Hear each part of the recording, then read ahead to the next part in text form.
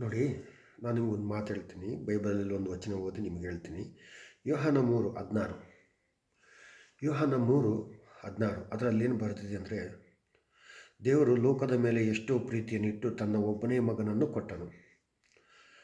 ದೇವರು ಲೋಕದ ಮೇಲೆ ಎಷ್ಟೋ ಪ್ರೀತಿಯನ್ನಿಟ್ಟು ತನ್ನ ಒಬ್ಬನೇ ಮಗನನ್ನು ಕೊಟ್ಟನು ಅಂತ ಬರೆದಿದೆ.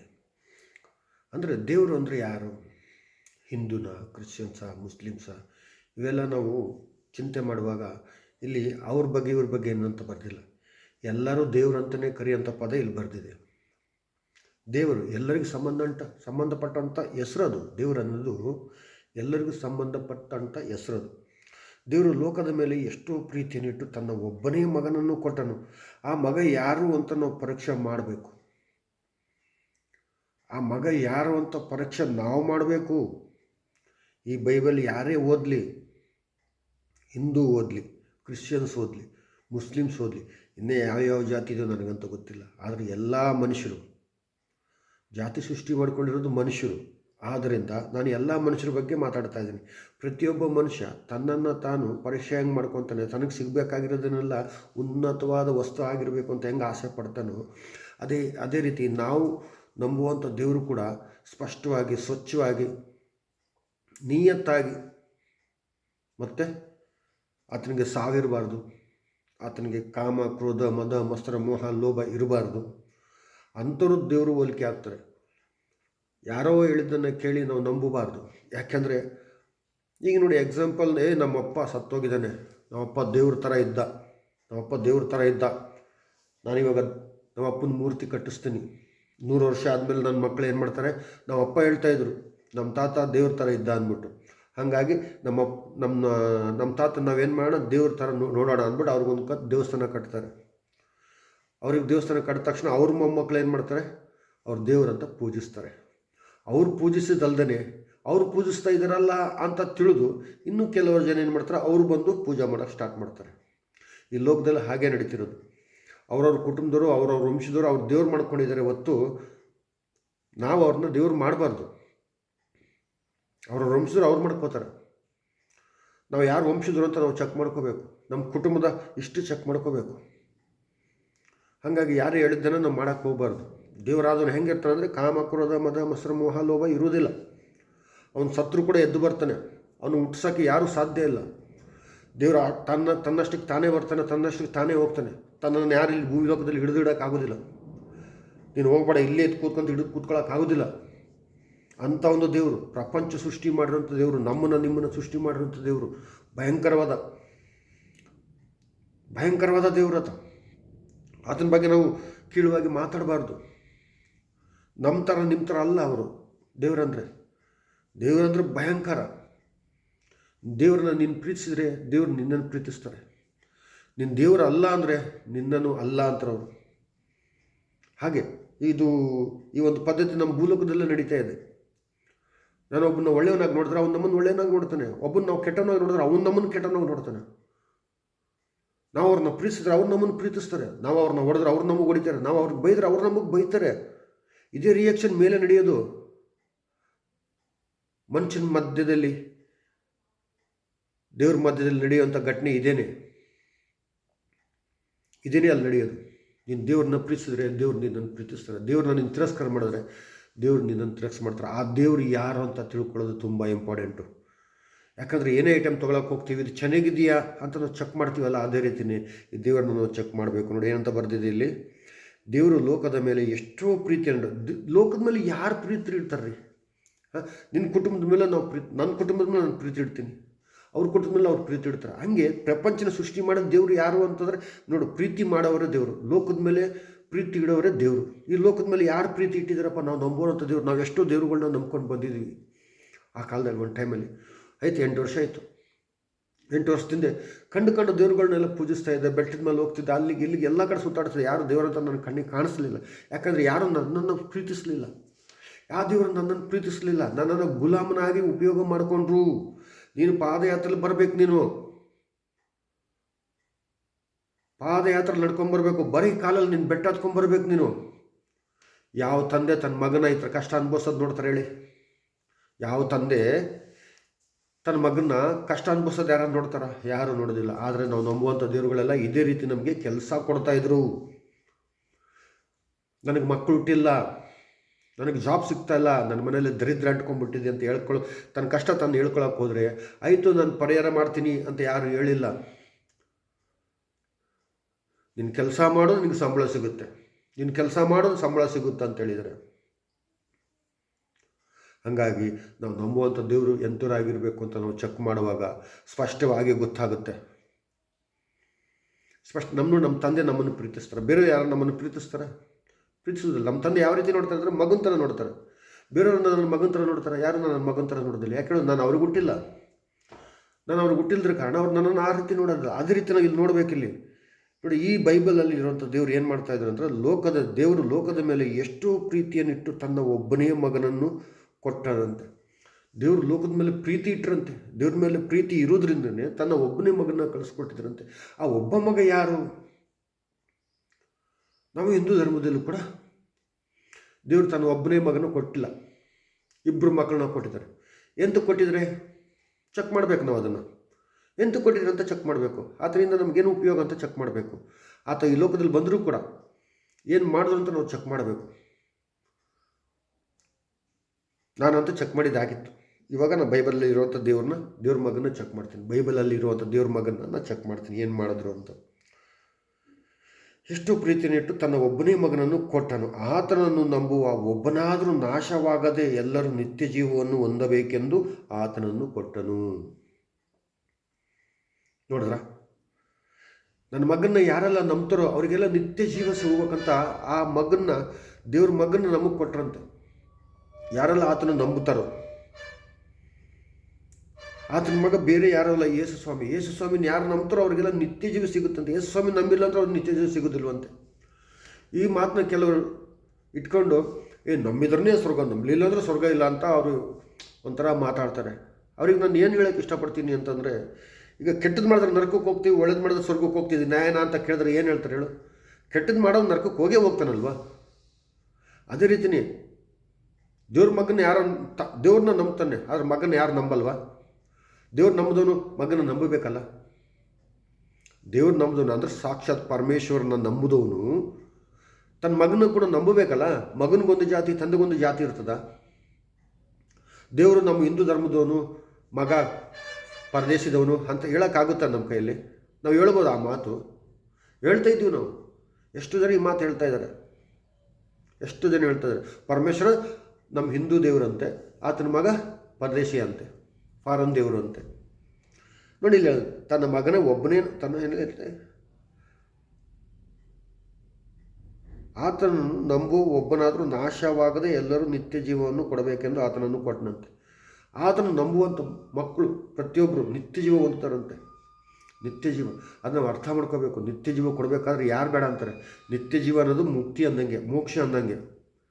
ನಿತ್ಯ ಜೀವ ಅಂದರೆ ಶಾಶ್ವತವಾಗಿ ದೇವರು ಚಿರಂಜೀವಿಯಾಗಿ ಹೇಗಿರ್ತಾರೋ, ಅಮರಾಗಿ ಹೇಗಿರ್ತಾರೋ, ಸಾವನ್ನು ಜಯಿಸಿ ಹೇಗಿರ್ತಾರೋ, ಅದೇ ರೀತಿ ನಾವು ಕೂಡ ಸತ್ರು ಕೂಡ ದೇವ್ರ ಹತ್ರ ನಾವು 3ನೇ ದಿನ ಅಲ್ಲಿ ಸೇರ್ಕೊತೀವಿ. ಅದನ್ನೇ ನಿತ್ಯ ಜೀವ. ನಿತ್ಯ ಯಾವಾಗಲೂ ಜೀವ ಇರುತ್ತೆ ಅಲ್ಲಿ. ನಾವು ಕೂಡ ಯಾವಾಗಲೂ ಜೀವಂತವಾಗೇ ಇರ್ತೀವಿ ಅಂತ ಅರ್ಥ. ಸಾಯಬೇಕು ಅಂತ ಆತನನ್ನು ಮಗನನ್ನು ಕೊಡಲಿಲ್ಲ. ಆತನನ್ನು ನಂಬುವ ಪ್ರತಿಯೊಬ್ಬರು ನಿತ್ಯ ಜೀವ ಹೊಂದಬೇಕೆಂದು ಆತನನ್ನು ಕೊಟ್ಟನಂತೆ. ಬೇರೆ ಯಾವ ವಿಷಯಕ್ಕೆ ಕೊಡಲಿಲ್ಲ. ಜಾತಿ ಭೇದ ಭಾವ ಮಾಡೋಕ್ಕೆ ಕೊಡಲಿಲ್ಲ. ನೀನು ಶ್ರೀಮಂತ, ನೀನು ದಡ್ಡ, ನೀನು ಹಂಗೆ, ನೀನು ಹಿಂಗೆ ಅಂತ ಹೇಳೋಕೆ ಅವ್ರು ಕೊಟ್ಟಿಲ್ಲ. ಅವ್ರು ತೀರ್ಪು ಮಾಡೋಕ್ಕೆ ಬಂದಿಲ್ಲ ಈ ಲೋಕದಲ್ಲಿ ಜಜ್ಮೆಂಟ್ ಮಾಡೋಕ್ಕೆ ಬಂದಿಲ್ಲ ಅವರು. ಆದರೆ ನಾವು ಮಾತ್ರ ಜಜ್ಮೆಂಟ್ ಮಾಡ್ತಾ ಇದ್ದೀವಿ. ನಾನೇ ಕೆಟ್ಟವನು ಅಂತ ನಾವೇ ಪ್ರೂವ್ ಮಾಡ್ಕೊತಾ ಇದ್ದೀವಿ. ದೇವ್ರೇನು ಹೇಳಿದ್ರೆ, ಯಾರೆಲ್ಲ ಅದನ್ನು ನಂಬ್ತಾರೋ ಅವರಿಗೆಲ್ಲ ನಿತ್ಯ ಜೀವ ಸಿಗುತ್ತೆ, ಮುಗ್ದಾಯ್ತು. ಯಾರೆಲ್ಲ ನಂಬುವುದಿಲ್ಲ ಅವ್ರು ದಂಡನೆಗೆ ಗುರಿ ಆಗ್ತಾರೆ. ಯಾರೆಲ್ಲ ನಂಬುವುದಿಲ್ವೋ ಅವರು ದಂಡನೆಗೆ ಗುರಿ ಆಗ್ತಾರಂತೆ. ನಾವು ದಂಡನೆಗೆ ಗುರಿ ಆಗಬಾರ್ದು ಅಂತಲೇ ಯೇಸು ಸ್ವಾಮಿ ನಮ್ಮನ್ನು ಕಳಿಸಿದ್ದಾರೆ. ಮತ್ತು ಅವ್ರು ಬಂದು ಏನು ಮಾಡಿದ್ರು ಅಂದರೆ ನಮ್ಮ ಮೇಲಿರುವಂಥ ದಂಡನೆಗಳು, ನಮ್ಮ ಮೇಲಿರುವಂಥ ಪಾಪಗಳು, ನಮ್ಮ ಮೇಲಿರುವಂಥ ಅಪರಾಧಗಳೆಲ್ಲ ತನ್ನ ಮೇಲೆ ಹೊತ್ಕೊಂಡು ಸತ್ತು 3ನೇ ದಿನ ಎದ್ದು ಬಂದರು. ಈ ಕೆಲಸ ಯೇಸು ಸ್ವಾಮಿ ಮಾತ್ರ ಮಾಡಿದರೆ ಬೇರೆ ಯಾರೂ ಮಾಡಿಲ್ಲ. ಅದಕ್ಕಾಗಿ ಆತನ ನಾವು ನಂಬಬೇಕಂತೆ. ಅದಕ್ಕಾಗಿ ನಾವು ಆತನ ನಂಬಬೇಕು. ಈಗ ಎಕ್ಸಾಂಪಲ್ ಯಾವುದೋ ಒಂದು ವಿಡಿಯೋ ನೋಡಿದ್ದೆ ನಾನು. ಯಾವುದೋ ಒಂದು ವಿಡಿಯೋಲ್ಲಿ ಒಂದು ವಿಚಿತ್ರವಾದ ವಿಡಿಯೋ, ಒಂದು ಕಾಮಿಡಿ ಅಂತ ನೋಡು, ಒಂದು ಗೊಂಬೆ ವಿಡಿಯೋ. ಆ ಗೊಂಬೆಯಲ್ಲಿ ಒಬ್ಬನು ರೈಲ್ವೆ ಸ್ಟೇಷನಲ್ಲಿ ಕೆಲಸ ಮಾಡ್ತಿರ್ತಾನೆ. ಅವನ ಕೆಲಸ ಏನಂದರೆ ರೈಲ್ವೆ ಪಟ್ರಿನ ಬದಲಾಯಿಸೋದು. ರೈಲ್ವೆ ಪಟ್ರಿ ಬದಲಾಯಿಸಬೇಕಾದ್ರೆ ಅಲ್ಲಿ ಒಂದು ಹಳ್ಳ ಇರುತ್ತೆ. ಹಳ್ಳ ಅಂದರೆ ಅದ್ರ ಮೇಲೆ ಒಂದು ಬ್ರಿಡ್ಜ್ ಇರುತ್ತೆ. ನೀರಿರುತ್ತೆ ಏನಿರುತ್ತೆ ಗೊತ್ತಿಲ್ಲ, ಒಂದು ಬ್ರಿಡ್ಜ್ ಇರುತ್ತೆ. ಬೇಡ ಬಿಡಿ ಆ ಕಥೆ ಇವಾಗ ಸದ್ಯಕ್ಕೆ ನನಗೆ ಹೇಳ್ಕೊಳಕ್ಕಾಗ್ತಿಲ್ಲ. ಆದರೆ ನಾವು ಇದನ್ನು ನಂಬಬೇಕಾದ್ರೆ ಅಂದರೆ ಯೇಸು ಸ್ವಾಮಿನ ನಂಬಬೇಕು. ಯಾಕೆ ನಂಬಬೇಕಾದ್ರೆ ಆತನೇ ನಮ್ಮನ್ನು ದಂಡನೆಗಳನ್ನು ಹೊತ್ಕೊಂಡಿದ್ದಾನೆ, ನಮ್ಮ ಪಾಪಗಳು ಹೊತ್ಕೊಂಡಿದ್ದಾನೆ, ನಮ್ಮ ಶಾಪಗಳು ಹೊತ್ಕೊಂಡಿದ್ದಾನೆ.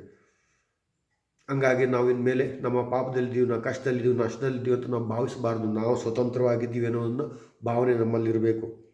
ನಾವು ಯಾರ ಕೈ ಕೆಲಸ ಮಾಡಲ್ಲ, ನಾವು ಯಾರ ಮಾತು ಕೇಳಲ್ಲ, ನಾವು ಸ್ವತಂತ್ರವಾಗಿ ಜೀವಿಸುವಂಥ ಮಕ್ಕಳು ಆಗಿರ್ಬೇಕು. ನಾವು ರಾಜನ ಮಕ್ಕಳು ಹೇಗಿರ್ತಾರೆ, ಆರ್ಡರ್ ಮಾಡ್ತಾರೆ, ಆರ್ಡರ್. ಅದೇ ರೀತಿ ನಾವು ಕೂಡ ಈ ಲೋಕದ ಸೈತಾನನಿಗೆ ಆರ್ಡರ್ ಮಾಡೋರಾಗಿದ್ದೀವಿ. ನಾವು ಈ ಲೋಕದ ಮಕ್ಕಳಿಗೆ ನಾವು ಆರ್ಡರ್ ಮಾಡಲ್ಲ. ಯಾಕಂದರೆ ಈ ಲೋಕದಲ್ಲಿರುವಂಥ ಮಕ್ಕಳು ಇವರೆಲ್ಲ ನಮ್ಮ ಅಣ್ಣ ತಮ್ಮಂದಿರು, ಅಕ್ಕ ತಂಗಿಯರು. ಆ ರೀತಿ ಭಾವಿಸ್ಕೊಂಡು ನಾವು ಆರ್ಡರ್ ಯಾರಿಗೆ ಮಾಡಬೇಕು ಅಂದರೆ ಸೈತಾನಿಗೆ ಮಾಡಬೇಕು.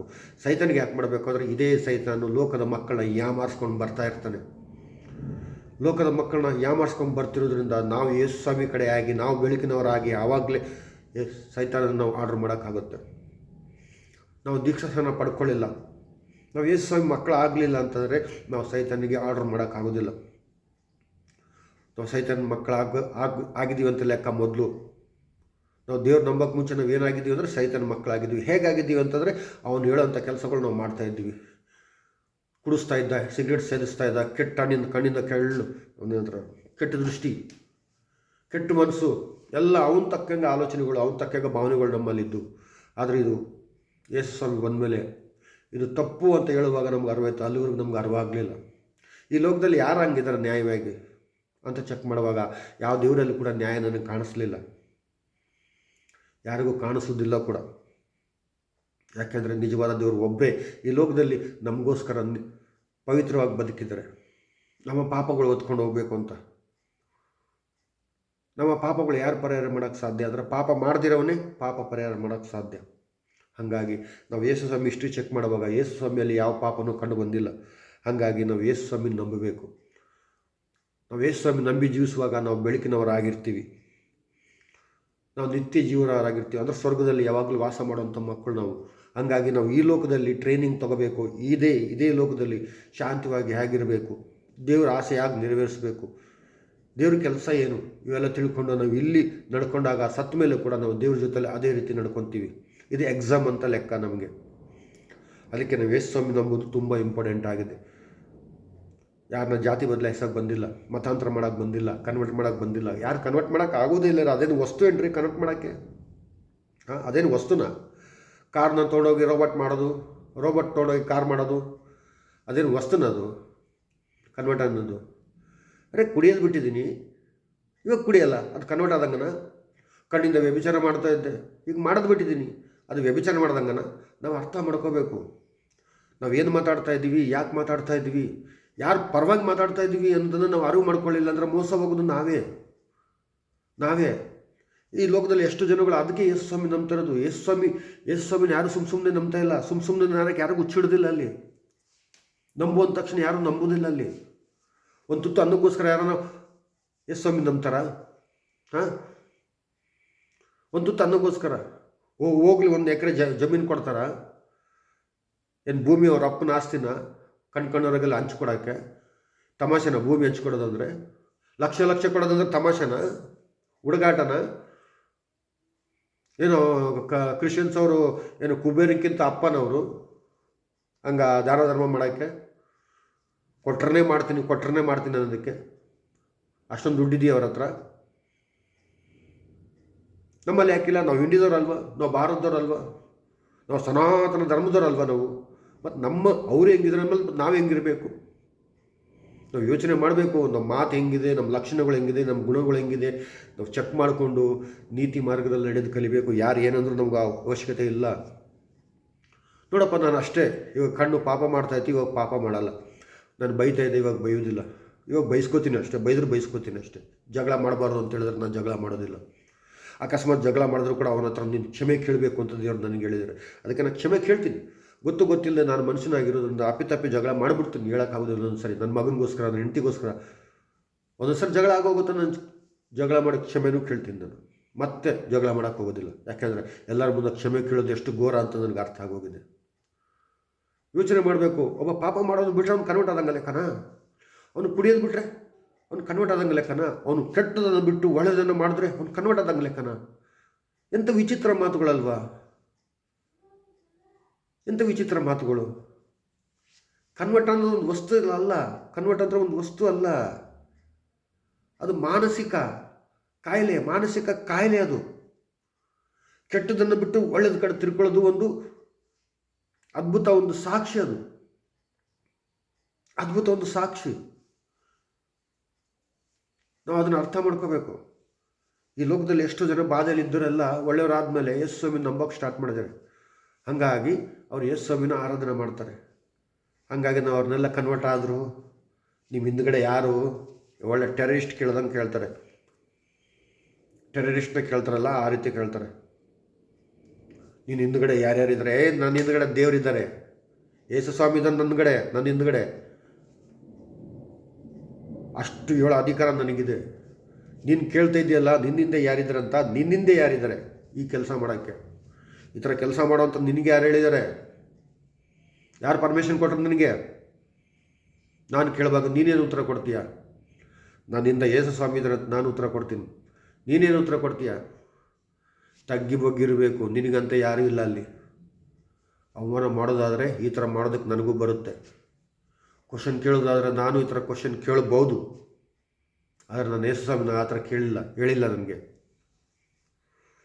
ಅವ್ರ ಮೇಲೆ ಬೇಳೆ ತೋರಿಸೋ ಅವಕಾಶ ನಿನಗಿದ್ರೂ ಕೂಡ ನೀನು ಬೇಳೆ ತೋರಿಸ್ಬಾರ್ದು ಅಂತ ನನಗೆ ಯೇಸು ಸ್ವಾಮಿ ಹೇಳಿದ್ದಾರೆ. ಹಾಗಾಗಿ ಈ ಲೋಕದ ಜನಗಳು ಎಲ್ಲರೂ ತೆಪ್ಪಗಿರ್ತಾರೆ, ಬಾಯಿ ಮುಚ್ಕೊಂಡಿರ್ತಾರೆ. ನೀವೇನೇ ಮಾತಾಡಿದ್ರೂ ಕೂಡ ಎಲ್ಲವನ್ನು ಸಹಿಸ್ಕೊಂಡಿರೋಂಥ ಮಕ್ಕಳಾಗಿದ್ದಾರೆ. ದೇವರು ಆ ರೀತಿ ಅವ್ರನ್ನ ಬದಲಾಯಿಸಿದ್ದಾರೆ. ಅದಕ್ಕೆ ಈ ಲೋಕದ ಯೇಸು ಸ್ವಾಮಿ ಮಕ್ಕಳು ಆ ರೀತಿ ಇದ್ದೇ ಇರ್ತಾರೆ. ಅವರು ನೀವೇನಂದರೂ ಕೂಡ ಅವರು ಭಯ ಪಡಲ್ಲ ಅಷ್ಟೇ. ನೀವೇ ಅವ್ರು ಸುಮ್ಮನೆ ಇರೋದ್ರಿಂದ ತಪ್ಪು ತಿಳ್ಕೊತಾ ಇದ್ದೀರಿ. ಈ ಲೋಕದಲ್ಲಿ ಯಾರು ಕನ್ವರ್ಟ್ ಆಗೋಕ್ಕೆ ಸಾಧ್ಯ ಇಲ್ಲ, ಕನ್ವರ್ಟ್ ಮಾಡೋಕ್ಕೆ ಆಗೋದಿಲ್ಲ. ಯಾಕೆಂದರೆ ತನ್ನ ದೇಹ ಮೇಲೆ ಅವನಿಗೆ ಅಧಿಕಾರ ಇರ್ತದೆ, ಬೇರೆ ಯಾರಿಗೂ ಅಧಿಕಾರ ಇರೋದಿಲ್ಲ. ಇದನ್ನು ಫಸ್ಟ್ ತಿಳ್ಕೋಬೇಕು. ಯಾರಾದರೂ ಅಷ್ಟೇ ತನ್ನ ದೇಹ ಅಂದರೆ ನನ್ನ ದೇಹದ ಮೇಲೆ ನನಗೆ ಮಾತ್ರ ಅಧಿಕಾರ ಇದೆ, ಬೇರೆ ಯಾರಿಗೂ ಅಧಿಕಾರ ಇಲ್ಲ. ನಾನು ಮನಸ್ಸು ಮಾಡಿದ್ರೆ ಯಾರಿಗೆ ಬೇಕಾದ್ರೆ ನನ್ನ ದೇಹನ ಕೊಟ್ಬಿಡ್ತೀನಿ ನನ್ನನ್ನು ನಡೆಸೋದಕ್ಕೆ. ನನ್ನನ್ನು ನಡೆಸುವಂಥ ಯೋಗ್ಯರು ಯಾರು ಅಂದರೆ ಯೇಸು ಸ್ವಾಮಿ ಒಬ್ಬರೇ. ಅದಕ್ಕೆ ನನ್ನನ್ನು ನಾನು ಅರ್ಪಿಸ್ಕೊಟ್ಟಿದ್ದೀನಿ. ನಾನು ದೇವರಿಗೆ ನನ್ನನ್ನು ನಡೆಸು. ನಾನು ಕೇಳಿನಲ್ಲಿ ಬಿದ್ದಿದ್ದೀನಿ, ನನಗೆ ವ್ಯಭಿಚಾರದಲ್ಲಿ ಬಿದ್ದಿದ್ದೀನಿ, ನನ್ನನ್ನು ಪವಿತ್ರವಾಗಿ ಮಾರ್ಪಡಿಸು. ನನ್ನ ಪಾಪಗಳನ್ನು ಕ್ಷಮಿಸುವಂಥ ನನ್ನನ್ನು ನಾನು ದೇವರಿಗೆ ಅರ್ಪಿಸಿಕೊಟ್ಟಿದ್ದೀನಿ. ಯಾಕೆ ಕೊಟ್ಟೆ ಅಂದರೆ ಅವರೇ ನಿಜವಾದ ದೇವರು ಆಗಿರೋದ್ರಿಂದ. ಬೇರೆ ಯಾರೂ ನನ್ನನ್ನು ಬದಲಾಯಿಸೋಕ್ಕಾಗಲಿಲ್ಲ. ನನ್ನನ್ನು ಬದಲಾಯಿಸೋಕ್ಕೆ ಯಾವ ಹಿಂದೂ ಧರ್ಮದಲ್ಲಿ ಇರುವಂಥ ದೇವರುಗಳು ಯಾರು ಬದಲಾಯಿಸೋಕ್ಕಾಗಲಿಲ್ಲ ನನ್ನನ್ನು. ನಿನ್ನನ್ನು ನೀನು ಚೆಕ್ ಮಾಡ್ಕೋಬೇಕು. ನಾನು ಚೆಕ್ ಮಾಡ್ಕೊಂಡು ನಾನು ಬದಲಾಗಿದ್ದೀನಿ. ನಿಮ್ಮಲ್ಲಿ ಕೆಟ್ಟತನ ಇದೆಯಾ ಚೆಕ್ ಮಾಡ್ಕೋಬೇಕು. ನೀವು ರಾಮನಿಗೋಸ್ಕರ ನೀವೇನು ಮಾಡೋಕ್ಕಾಗೋದಿಲ್ಲ. ರಾಮನಿಗೋಸ್ಕರ ಪಾಪ ಮಾಡೋದು ಬಿಡೋಕ್ಕಾಗೋದಿಲ್ಲ. ಕೃಷ್ಣನಿಗೋಸ್ಕರ ಪಾಪ ಮಾಡೋದು ಬಿಡೋಕ್ಕಾಗೋದಿಲ್ಲ. ಕೃಷ್ಣನಿಗೋಸ್ಕರ ವ್ಯಭಿಚಾರ ಮಾಡೋದು ಬಿಡೋಕ್ಕಾಗೋದಿಲ್ಲ. ನೀವು ಯಾವ ದೇವ್ರಿಗೋಸ್ಕರ ನೀವು ಏನೂ ಕೆಟ್ಟದನ್ನು ಬಿಡೋಕ್ಕಾಗೋದಿಲ್ಲ ನಿಮ್ಮ ಕೈಲಿ. ಯಾಕೆಂದರೆ ಅವರೇ ಬಿಟ್ಟಿಲ್ಲ, ನೀವು ಹೆಂಗೆ ಬಿಡ್ತೀರಿ? ಅವರೇ ಬಿಟ್ಟಿಲ್ಲ, ನೀವು ಹೆಂಗೆ ಬಿಡ್ತೀರಿ? ನೀವು ಬಿಡಬೇಕಾದ್ರೆ ನೀವು ನಂಬಿರೋಂಥ ದೇವ್ರು ಬಿಟ್ಟಿರಬೇಕು. ನೀವು ಕಣ್ಣಿಂದ ವ್ಯಭಿಚಾರ ಮಾಡಬಾರ್ದು ಅಂದ್ರೆ ನೀವು ನಂಬಿರೋಂಥ ದೇವರು ಕೂಡ ವ್ಯಭಿಚಾರ ಮಾಡಿರಬಾರ್ದು. ನೀನು ಒಳ್ಳೆಯವನಾಗಬೇಕು ಅಂದ್ರೆ ನಿನ್ನ ದೇವರು ಕೂಡ ಒಳ್ಳೆಯವನಾಗಿರಬೇಕು. ಇದು ನಾವು ಅರ್ಥ ಮಾಡ್ಕೋಬೇಕು. ನಾವು ಅರ್ಥ ಮಾಡ್ಕೊಳ್ಳಿಲ್ಲ ಅಂದರೆ ಮೋಸ ಹೋಗೋದು ನಾವೇನೆ. ಅದಕ್ಕೆ ಇಲ್ಲಿ ಒಳ್ಳೆ ದೇವರು ಕೊಟ್ಟಿದ್ದಾರೆ ನಮಗೆ. ಏನೋ ದೇವರು ಲೋಕದ ಮೇಲೆ ಎಷ್ಟೋ ಪ್ರೀತಿಯನ್ನು ಇಟ್ಟು ತನ್ನ ಒಬ್ಬನೇ ಮಗನನ್ನು ಕೊಟ್ಟನು. ಆತನನ್ನು ನಂಬುವ ಒಬ್ಬನಾದರೂ ನಾಶವಾಗದೆ ಎಲ್ಲರೂ ನಿತ್ಯ ಜೀವವನ್ನು ಪಡೆಯಬೇಕೆಂದು ಆತನನ್ನು ಕೊಟ್ಟನು. ನೋಡಿದ್ರೆ ಎಂಥ ಒಳ್ಳೆ ಕೆಲಸ ಮಾಡಿದ್ರೆ ದೇವರು. ನಮ್ಮ ಆಕಾಶದ ಮೇಲೆ ಇಲ್ಲೇ ನಮ್ಮ ಇಂಡಿಯಾ ಮೇಲಿರುವಂಥ ಆಕಾಶದ ಮೇಲೆ ಇರುವಂಥ ದೇವರೇ ನಮಗೆ ಕೊಟ್ಟಿರೋದು, ಬೇರೆ ಯಾರೂ ಅಲ್ಲ. ಕ್ರಿಶ್ಚಿಯನ್ಸ್ ದೇವರು, ಮುಸ್ಲಿಮ್ಸ್ ದೇವರು, ಇವರಲ್ಲ. ನಮ್ಮ ಮೇಲಿರುವಂಥ ದೇವರು, ನಮ್ಮ ಒಳಗಡೆ ಇರುವಂಥ ದೇವರು. ಅರ್ಥ ಆಯ್ತಾ? ನಮ್ಮ ಒಳಗಡೆ ಇರುವಂಥ ದೇವರು, ಆ ದೇಶ ದೇವರು ಈ ದೇಶ ದೇವರಲ್ಲ. ನಮ್ಮ ಒಳಗಡೆ ಇರುವಂಥ ದೇವರು ಏನು ಮಾಡಿದ್ರೆ ತನ್ನ ಒಬ್ಬನೇ ಮಗನನ್ನು ಕೊಟ್ಟನಂತೆ. ಆತನ ಮಗನು ಯಾರು ಈ ಲೋಕದಲ್ಲಿ ಅಂತ ನಾವು ಹೆಸರುಗಳು ಚೆಕ್ ಮಾಡುವಾಗ ಯೇಸು ಸ್ವಾಮಿ ಮಾತ್ರ ನಮ್ಮ ಪಾಪಗಳನ್ನ ಹೊತ್ಕೊಂಡು ಹೋಗಿದ್ದಾರೆ. ಅದಕ್ಕೆ ದೇವರು ಅವ್ರನ್ನ ಕಳಿಸಿದ್ದು. ಯೇಸು ಸ್ವಾಮಿನ ಏನಕ್ಕೆ ಕಳಿಸಿದ್ರು ಅಂದರೆ ಎಲ್ಲರ ಪಾಪಗಳು ತಾನು ಹೊತ್ಕೊಂಡ ಮೇಲೆ ಆತನ ಸಾಯಿಸೋದಕ್ಕೆ, ಸತ್ತ ಮೇಲೆ ಎಬ್ಬರಿಸೋದಕ್ಕೆ ಆತನ ಕಳಿಸಿದರು. ಯಾರು? ಸಾಕ್ಷಾತ್ ಪರಮೇಶ್ವರ ಆ ಯೇಸು ಸ್ವಾಮಿ ಮುಖಾಂತರ ನಮ್ಮ ಪಾಪಗಳನ್ನ ತೊಳೆದು ನಾವೆಲ್ಲರೂ ನಿತ್ಯ ಜೀವ ಹೋಗ್ಬೇಕನ್ನೋ ಉದ್ದೇಶದಿಂದನೇ ಯೇಸು ಸ್ವಾಮಿನ ಆ ರೀತಿ ಮಾಡಿದ್ರು. ಹಂಗಾಗಿ ನಾವು ನಮಗೋಸ್ಕರ ದೇವರು ಎಷ್ಟು ಕಷ್ಟಪಡ್ತಾಯಿದ್ದಾರೆ. ಒಬ್ಬನಾದರೂ ನಾನು ಸೃಷ್ಟಿ ಮಾಡಿರೋಂಥ ಮಕ್ಕಳು ಒಬ್ಬನಾದರೂ ನಷ್ಟಕ್ಕೆ ಹೋಗಬಾರ್ದು, ನರಕಕ್ಕೆ ಹೋಗಬಾರ್ದು ಅನ್ನೋ ಉದ್ದೇಶದಿಂದನೇ ತನ್ನ ಮಗನನ್ನು ಕಳಿಸಿದ್ರು. ನಮ್ಮ ಪರವಾಗಿ ಅವರು ನರಕಕ್ಕೆ ಹೋಗಿ ಬಂದರು. ಬೇರೆ ಯಾರೂ ನರಕಕ್ಕೆ ಓದೋನು ವಾಪಸ್ ಬರೋಕ್ಕಾಗೋದಿಲ್ಲ. ಅದಕ್ಕಾಗಿ ಸಾಕ್ಷಾತ್ ದೇವರೇ, ಸಾಕ್ಷಾತ್ ಪರಮೇಶ್ವರನೇ ಈ ಲೋಕದಲ್ಲಿ ಇಳಿದು ಬಂದರು. ಹಾಗಾಗಿ ನಮ್ಮ ಪಾಪಗಳು ಯಾರಿಂದ ಪರಿಹಾರ ಮಾಡೋಕ್ಕೆ ಸಾಧ್ಯ ಅಂದರೆ ಆ ಸಾಕ್ಷಾತ್ ಪರಮೇಶ್ವರದಿಂದನೇ ಪರಿಹಾರ ಮಾಡೋಕ್ಕೆ ಸಾಧ್ಯ. ಆ ಸಾಕ್ಷಾತ್ ಪರಮೇಶ್ವರ ಯಾರು ಬೇರೆ ಯಾರಲ್ಲ, ಯೇಸು ಸ್ವಾಮಿನೇ. ಅವ್ರು ಮನುಷ್ಯನ ರೂಪದಲ್ಲಿ ಬಂದರು. ಇವರು ಹೇಳ್ತಾಯಿದ್ರು, ನನ್ನಿಂದನೇ ಈ ಲೋಕ ಸೃಷ್ಟಿಯಾಗಿದ್ದು. ನನ್ನಿಂದ ಅಂದರೆ ಹೆಂಗೆ ಸೃಷ್ಟಿಯಾಗಿದ್ದು? ತಾನು ಏನಾಗಿದ್ದಾರೆ ಅಂದರೆ ವಾಕ್ಯವಾಗಿದ್ದರು, ಓಂಕಾರ ಆಗಿದ್ದರು, ಅವರು ಅಕ್ಷರ ಸ್ವರೂಪ ಆಗಿದ್ದರು, ಸ್ಪಷ್ಟಾಕ್ಷರ ಸ್ವರೂಪ ಆಗಿದ್ದರು. ಇವೆಲ್ಲ ಮಾತುಗಳು ಋಗ್ವೇದದಲ್ಲಿದೆ. ಸ್ಪಷ್ಟಾಕ್ಷರಾಯ ನಮಃ ಅಂತ. ಆ ಸ್ಪಷ್ಟಾಕ್ಷರದಿಂದನೇ ಈ ಪ್ರಪಂಚ ಸೃಷ್ಟಿಯಾಗಿರೋದು. ಯೇಸು ಸ್ವಾಮಿ ಅದೇ ಹೇಳಿದ್ದು, ನನ್ನಿಂದ ಇದೆಲ್ಲ ಸೃಷ್ಟಿಯಾಗಿದೆ, ನಾನಿಲ್ಲದೆ ಈ ಲೋಕದಲ್ಲಿ ಒಂದಾದರೂ ಸೃಷ್ಟಿ ಆಗಲಿಲ್ಲ. ಇವೆಲ್ಲ ಪರೀಕ್ಷೆ ಮಾಡಿದ ಮೇಲೇ, ಬುಕ್ ಓದಿದ ಮೇಲೆ, ನಮಗೆ ತಿಳುವಳಿಕೆಯಲ್ಲಿ ಒಂದು ಗಂಟೆ ಹೊಡೆದ ಮೇಲೇ ನಾವು ಯೇಸು ಸ್ವಾಮಿ ನಂಬಕ್ಕೆ ಸ್ಟಾರ್ಟ್ ಮಾಡಿದ್ದೀವಿ. ಅದಕ್ಕೆ ಮುಂಚೆ ನಾವು ಯೇಸು ಸ್ವಾಮಿ ಯಾರು ಅಂತಲೇ ಗೊತ್ತಿಲ್ಲ. ಅವರು ಒಬ್ಬರು ಮಾದೃ ದೇವರು ಅಂತ ತಿಳ್ಕೊಂಡಿದ್ದೀವಿ.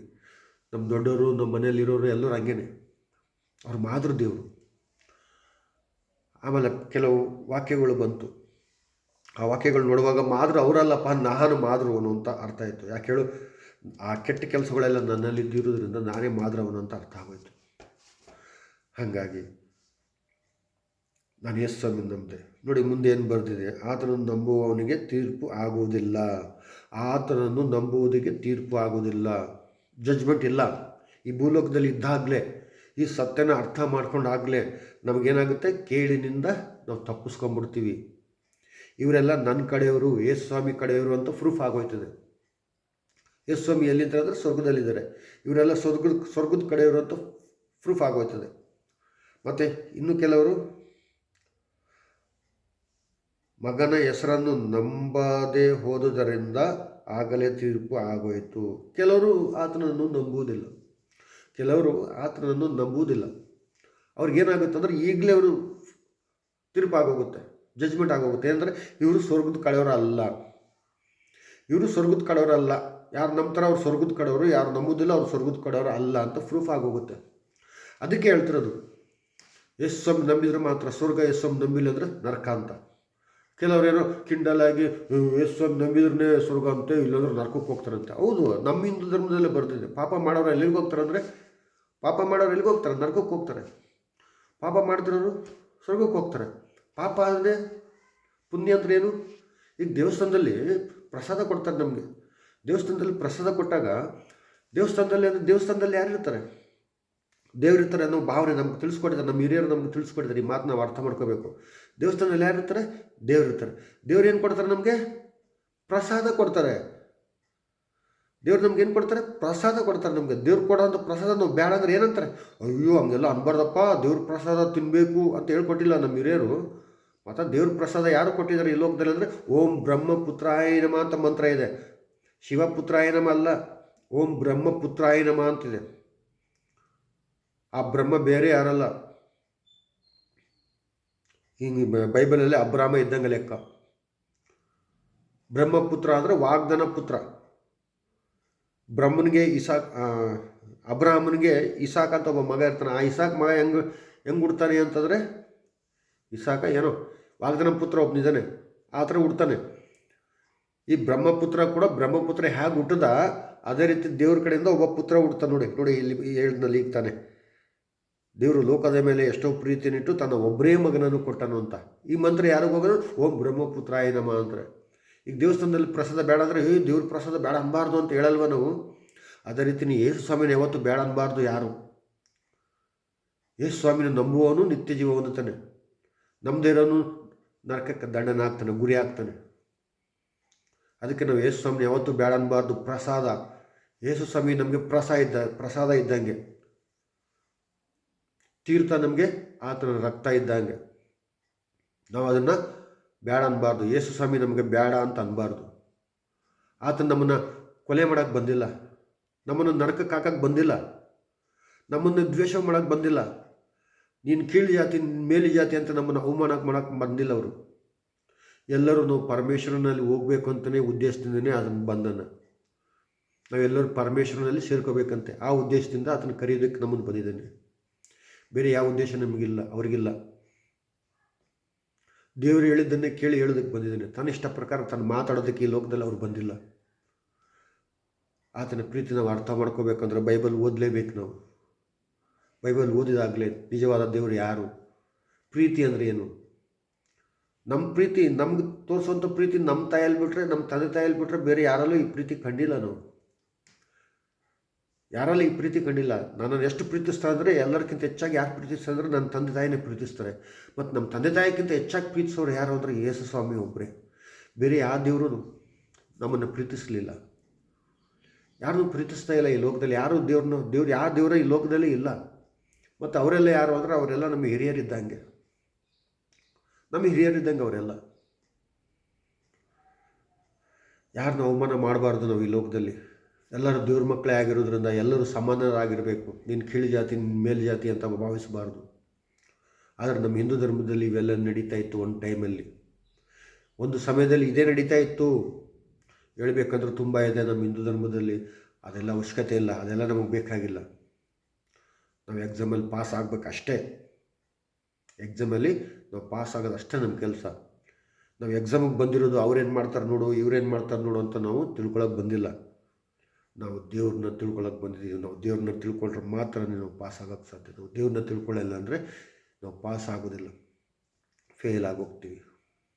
ಫೇಲ್ ಆದವನು ಎಲ್ಲಿರ್ತಾನೆ ಅಲ್ಲೇ ಇರ್ತಾನೆ, ಪಾಸ್ ಆದವನು ಮುಂದಕ್ಕೆ ಹೋಗ್ತಾನೆ. ಹಂಗೆ ನಾವು ಈ ಲೋಕದಲ್ಲೇ ಇರ್ತೀವಿ. ನಾವು ದೇವ್ರನ್ನ ತಿಳ್ಕೊಳ್ಳಿಲ್ಲ ಅಂದರೆ ಈ ಲೋಕದಲ್ಲಿ ಏನಿದೆ, ನರಕ ಇದೆ, ಕೆಳಗಡೆ ನರಕ ಇದೆ.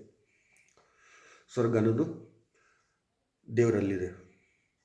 ನಾವು ಇದನ್ನು ಅರ್ಥ ಮಾಡಿಕೊಂಡು ತಗ್ಗಿ ಬಗ್ಗಿ ದೇವರು ಹೇಳ್ದ ಹಾಗೆ ನಡೆಯೋದು ಕಲಿಬೇಕು. ಈಗ ನೋಡಿ, ಮುಸ್ಲಿಮ್ಸರು ಕೂಡ ಅವರು ಮೊಹಮ್ಮದನ ದೇವರು ಅಂತ ಹಂಗೆ ಹಿಂಗಂತ ಏನೇನೋ ಹೇಳ್ತಾರೆ. ಹಾಗಾದ್ರೆ ನಂಬ್ತೀವಿ ನಾವು? ನಂಬಲ್ಲ. ನೋಡಿ, ನಮ್ಮ ಹಿಂದೂ ಧರ್ಮದಲ್ಲೇ ಸಾಯಿಬಾಬಾ ದೇವರು ಅಂತ ಹೇಳ್ತಾರೆ. ನಾನು ಫಸ್ಟಿಂದನೂ ಸಾಯಿಬಾಬಾ ದೇವರು ಅಂತ ನಂಬ್ತಾ ಇರಲಿಲ್ಲಪ್ಪ. ಫಸ್ಟಿಂದನೂ ರಾಮ, ಕೃಷ್ಣ, ಸಾಯಿಬಾಬಾ ಇವ್ರು ಯಾರು ದೇವರು ಅಂತ ನಾನು ನಂಬ್ತಾ ಇರಲಿಲ್ಲ. ಮತ್ತು ಯಾರನ್ನ ನಂಬ್ತಾ ಇದ್ದೆ ಅಂದರೆ, ನಾನು ನನ್ನ ಮನೆ ದೇವರು ಪರಮೇಶ್ವರ, ಆತನೇ ದೇವರು ಅಂತ ನಂಬ್ತಾ ಇದ್ದೆ. ಆದರೆ ಆತನೇ ದೇವರಲ್ಲ ಅಂತಲೂ ಗೊತ್ತಾಯಿತು. ಹಂಗಾಗಿ ಪರೀಕ್ಷೆ ಮಾಡೋಕ್ಕೆ ಸ್ಟಾರ್ಟ್ ಮಾಡಿದೆ. ಕಂಡು ದೇವಸ್ಥಾನಕ್ಕೆ ಹೋಗ್ತಿದ್ದೆ. ಬೆಟ್ಟದ ಮೇಲೆ ಅಲ್ಲಿ ಇಲ್ಲಿ ಆ ಊರು ಈ ಊರು ಎಲ್ಲ ಕಡೆ ಹೋಗಿ ಆ ಒಂದು ಸಮಯದಲ್ಲಿ ಬುಕ್ಕುಗಳು ಸಿಗ್ತಾಯಿದ್ವು. ಮತ್ತು ಅದಾದಮೇಲೆ ಕ್ಯಾಸೆಟ್ಗಳು ಸಿಗಾಕೋದು, ಅದಾದಮೇಲೆ ಸಿ ಡಿಗಳು ಸಿಗೋಕ್ಕೆ ಸ್ಟಾರ್ಟ್ ಆದವು. ಹಿಂಗಾಗಿ ಎಲ್ಲ ದೇವರು ಇಷ್ಟು ಚೆಕ್ ಮಾಡುವಾಗ ಅವ್ರ ಸ್ಟೋರಿ ಹೇಗಿತ್ತು ಅಂದರೆ, ಒಬ್ಬ ಮನುಷ್ಯರ ಥರನೇ ಸ್ಟೋರಿ ಇತ್ತು. ಅವ್ರದ್ದೆಲ್ಲ ಸ್ಟೋರಿ ಮನುಷ್ಯರ ಥರನೇ ಇತ್ತು. ನೋಡಿ, ಒಂದು ಎಕ್ಸಾಂಪಲ್ ನಿಮಗೆ ತೋರಿಸ್ತೀನಿ. ನಾನು ಸುಮಾರು ಬುಕ್ಕು ತಂದಿದ್ದೀನಿ. ಸುಮಾರು ಬುಕ್ಕು ನಾನು ಓದಿನೇ ಈ ಮಾತು ನಿಮ್ಗೆ ತಿಳ್ಕೊಂಡೆ ಹೇಳ್ತಾ ಇದ್ದೀನಿ. ನೋಡಿ, ಇಲ್ಲಿ ಯಾವ ಬುಕ್ ಇದೆ? ಉಪನಿಷತ್ ಇದೆ, ಶ್ರೀ ಗುರು ಚರಿತ್ರೆ ಇದೆ, 4 ವೇದಗಳಿದೆ, ಹಿಂದಿಯಲ್ಲಿ ಬ್ರಹ್ಮವೇದ ಪುರಾಣ ಇದೆ. ನೋಡಿ, ಇಲ್ಲಿ ಮತ್ತೆ ಪವಿತ್ರ ಕುರಾನ್ ಇದೆ. ವಿಷ್ಣು ಪುರಾಣ ಇದೆ, ಋಗ್ವೇದ ಇದೆ. ಇದು ಋಗ್ವೇದ, ಇದು ಬೈಬಲು. ಕೆಲವು ಮಂತ್ರಗಳು ಬರೆದಿಟ್ಕೊಂಡಿದ್ದೀನಿ. ಇಲ್ಲಿ ಭಗವದ್ಗೀತೆ, ಇಲ್ಲೊಂದು ಭಗವದ್ಗೀತೆ, ವಿಷ್ಣು ಪುರಾಣ, 3-4 ಇದೆ ವಿಷ್ಣು ಪುರಾಣ, ಬ್ರಹ್ಮ ಪುರಾಣ, ದೇವಿ ಪುರಾಣ, ಎಲ್ಲ ಬುಕ್ಕುಗಳು ನಾನು ಇಟ್ಕೊಂಡಿದ್ದೀನಿ. ಎಲ್ಲ ಬುಕ್ಕಿಗೆ ಹೇಳ್ತಾ ಇರೋದು. ಯಾವ ಬುಕ್ಕಲ್ಲಿ ಕೂಡ ದೇವ್ರ ಬಗ್ಗೆ ಬರೆದಿಲ್ಲ. ಅವ್ರ ಸ್ಟೋರಿ ಹೇಗಿದೆ ಅಂದರೆ, ಬರೀ ಮನುಷ್ಯರ ಥರ ಸ್ಟೋರಿ ಇದೆ.